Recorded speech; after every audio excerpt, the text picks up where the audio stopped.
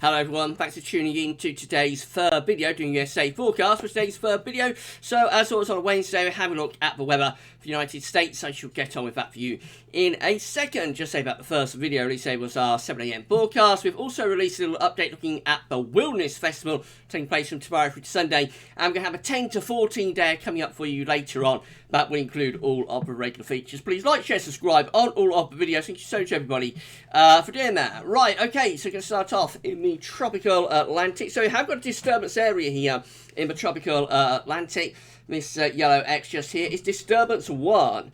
Giving a 10% chance of cyclone formation in the next 48 hours and a 10% chance of cyclone formation in the next 5 days. It doesn't look like that's anything particularly to worry about, to be honest. And we're in a quieter period in the Atlantic at the moment in terms of this tropical storm slash hurricane season. So we had a lot of early activity, but things have gone a lot quieter now. I think one of the reasons for that is that the Pacific is quite active. So if we go over to the Pacific side, if this is going to refresh, maybe it won't. So let's try that again. Let's see. There we go. So yeah, we've got this. So it's on the other side of the states and South America. So we looked at the Atlantic a moment ago. This is over in the Pacific. We've got Tropical Storm Hilda at the moment in the tropical Pacific, and also we've got Disturbance 1, which is giving an 80% chance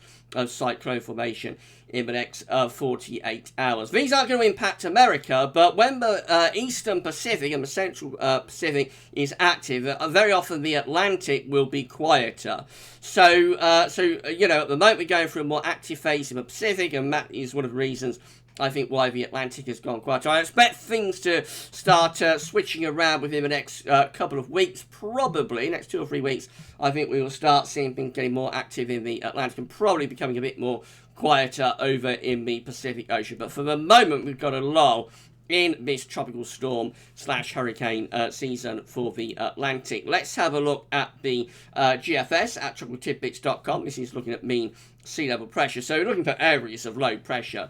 Basically, these systems start, hurricane starters, thunderstorms, just clusters of thunderstorms that pick up rotation and energy as they move over the warm waters of the tropical Atlantic. They form areas of low pressure, and then from low pressure they develop into tropical storms. And then from tropical storms they can go to hurricanes and then up the category of hurricanes. Right, so this is how things are currently looking in terms of mean sea level pressure across the tropical Atlantic at the moment. So just so everyone knows where everyone is, that's the coast of Africa just there. This is Eastern America here. That's Florida. This is the Caribbean, of course, and then that's the Gulf of Mexico just there. Right, let's run through then and see what the GFS is forecasting to happen. So there's that little disturbance area just here, I think, so, and just there. So again, just like areas of thunderstorms, really not producing tropical storms and whatnot. That's still sort of meandering around as you go through into the Atlantic just there. Otherwise, it looks relatively quiet.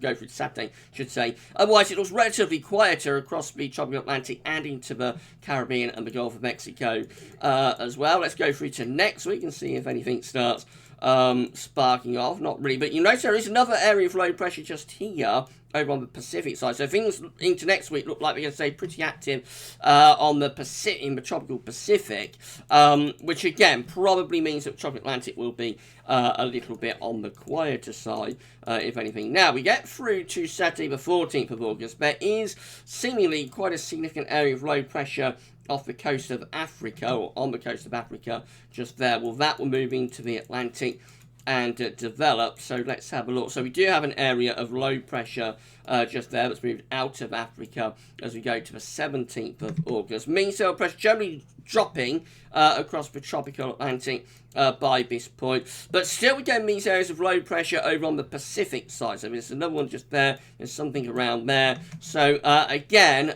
you know, it could just be the idea that while the Pacific is active, the Atlantic will be a little bit less active. So there's no sign of any sort of direct hurricane or tropical storm in the Atlantic over the next couple of weeks. We do have a few areas of low pressure, especially in the more extended range, developing from Africa, but at the moment this quieter interlude continues for the tropical Atlantic.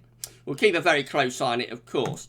Right, let's have a look at the GFS upper air temperature and precipitation ensembles for Seattle. So the red line is the 30-year upper air temperature average for Seattle. We're starting off pretty hot at the moment. It's still very, very hot up there in northwestern parts of America. Not as hot as it was a few days ago, but still really hot and well above average. Cool down is on the way for northwestern parts of America over the next few days, so things will cool down for a while into next week. We actually go a little bit cooler than average. I'm sure that will come as a welcome relief for those people up there in the far northwestern America and also southwestern Canada.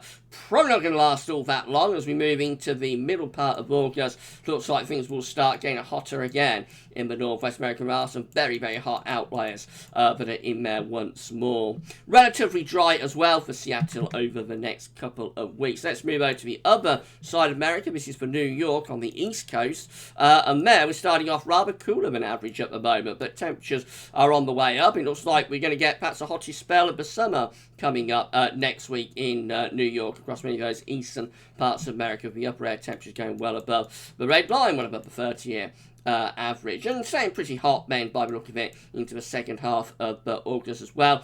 This is going to be quite volatile heat, it has to be said, so there's lots of precipitation spikes, and I think as it starts getting hotter, the risk of thunderstorms will increase.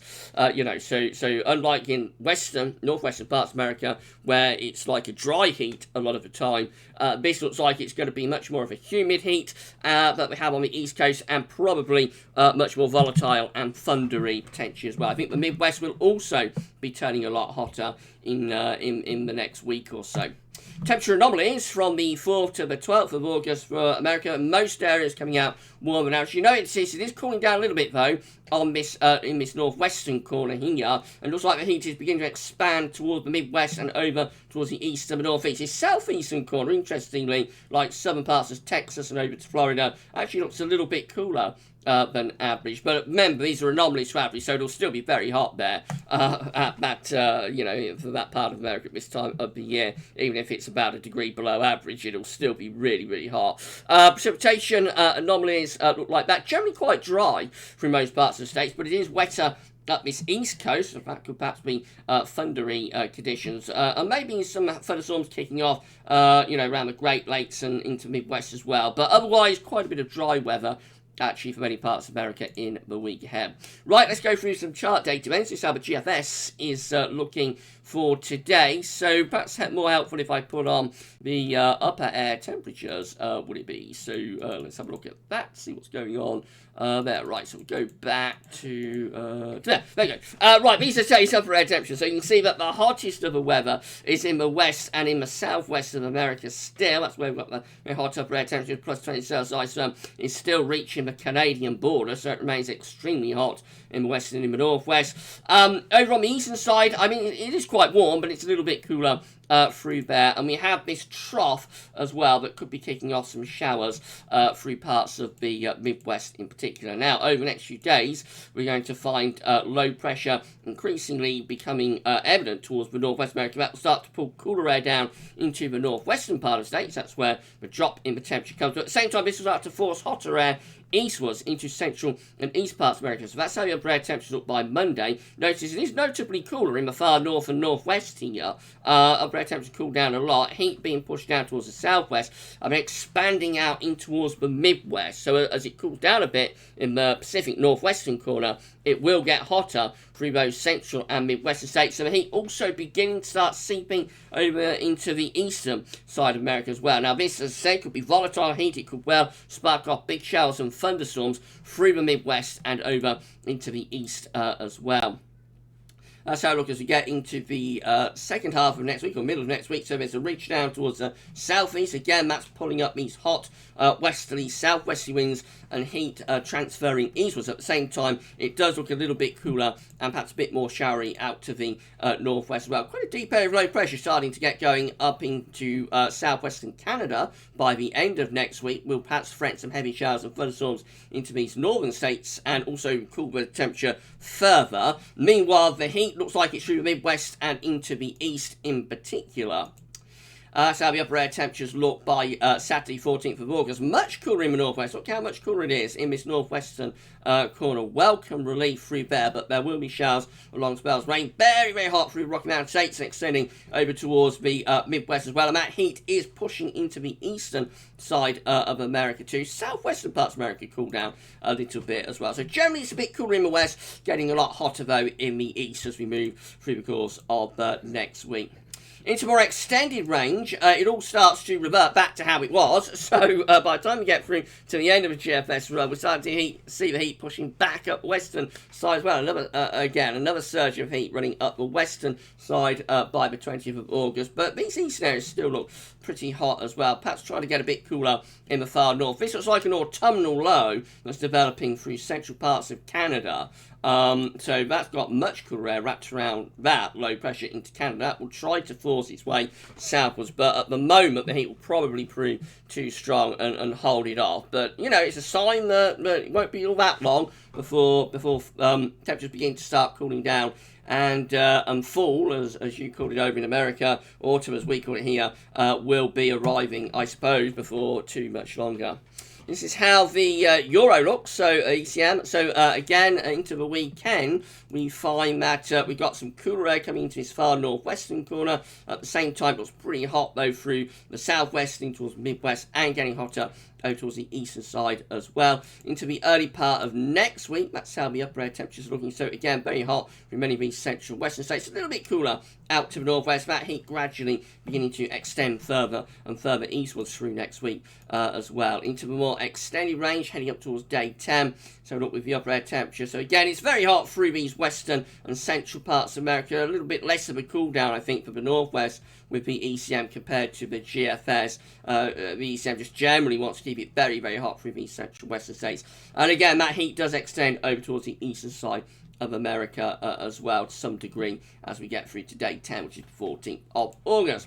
Finally, just have a look at CFSV2. So these are 500 millibar heights, break it down into week periods. The first week period takes from the 3rd through to the 9th of August. The coming week has a trough of low pressure through the central states, a ridge off the eastern side, and a ridge out to the west. It should start to pull cooler air in from the northwest, but eastern, northeastern states and parts of the midwest could start to turn a bit hotter. We go through to week 2, which is the 10th through to 16th of August. A ridge out to the northwest, a trough through here and down, a ridge down in the south as well. So that's going to again probably be bringing cooler air into northern and eastern states. Actually, this is rather different to what the GFS and particularly the ECM is showing. Week 3 is the 17th to the 23rd of August. Again, a ridge is in the north. That's going to bring the driest, hottest weather through there, I would have thought. And then week 4 is going to be the 24th to 30th of August with a ridge up to the northeast. Notice there's no real sign of any low pressure below average heights like in the Atlantic or tropical Atlantic anyway, or the Gulf of Mexico or the Caribbean. Most of the areas look like, up to the end of August, things remain quite quiet with the CFS. There's no particularly evident going on there. This is the temperature anomaly for week 1, 3rd through to the 9th of August. So many of these southern southeastern parts of America looking quite cool. It is hotter in the north and in the east, also still quite hot on the western side. Shows another surge of heat in the northwest for week 2, 10th to the 16th of August. It's very hot again in northwest America, southwestern Canada. The central midwestern states rather cool and hot over towards the east. Week 3 looks like that. It's the 17th, 23rd of August. Again, quite hot to the northwest, cooler to the south and the east. And then week 4 looks like this. And it's the 24th to the 30th of August. Again, pretty hot for these northern states. And cooler in the southern states. Remember, they're anomalous to average though, so although that is showing cooler than average for Texas, for example, you have to bear in mind that it will still be very hot down there due to its position in the world and the time of the year. So these southern states, although they're a bit cooler over the next 4 weeks, they will, cooler than average, they will still be very warm to hot much of the time. Precipitation-wise, looking like this. So for week 1, it's a little bit wetter towards the northwest, a bit showery. Means east and northeast areas look a bit drier. The east coast itself and down to the southeast looking a little bit wetter. Week 2 is going to be the 10th to 16th of August. Again, looks rather wet through these east and northeastern states. Dry down here in the southeastern parts of America. It's a little bit wetter around the Caribbean, interestingly. That might be some sort of disturbance that it's picking up on. And then these northern, northwestern states, they look relatively dry. Week 3 looks like that. 17th, 23rd of August. So many of these northern, eastern, northeast states rather dry. That's going a little bit wetter out to the west. The southeast looks like it's becoming wetter. So maybe by week 3, in the second half of August, we might be starting to see something developing here around the Caribbean. Perhaps not as much of the Gulf of Mexico, but up towards Florida, southeastern parts of America. And then week 4 is going to be the 24th to the 30th of August. Down in the Gulf of Mexico looking quite wet. Then and around that southern coast of America. So perhaps in the second half of August we might start seeing things getting going with this tropical storm season for the Gulf and also, you know, for the Caribbean and perhaps for the Atlantic as well. I'll have to wait and see. Into the interior of America, central area is rather dry. Northeast America, dry too. Northwestern America looks quite dry. The East Coast looks relatively wet. So, yeah, it looks like things are going to cool down a little bit next week for that northwestern part of America. It's been suffering so much hot weather over the past few weeks. So things cool down a little bit there, but probably not for all that long. The suggestion is by, you know, second half of August, we might start seeing yet another heat surge pushing back up western side of America. In the meantime, it looks like it get hotter over on the eastern side as well, but also with thunderstorms. The more wide picture in the tropics, things looking relatively quiet at the moment still in the tropical Atlantic and in the Caribbean and in the Gulf of Mexico. Second half of August might start to see things livening up a little bit. We'll have to wait and see, and we'll keep you informed about that. Right, if you enjoyed the USA forecast, please go and give us a like. Make sure you sub to the channel. Thank you so much, everybody, for doing that. We'll be back next Wednesday with another USA forecast. I'll be back shortly with 10 to 14 day for the UK and for Europe as well. So come back for that then. For this week's USA forecast, that's all for now, and thanks for watching.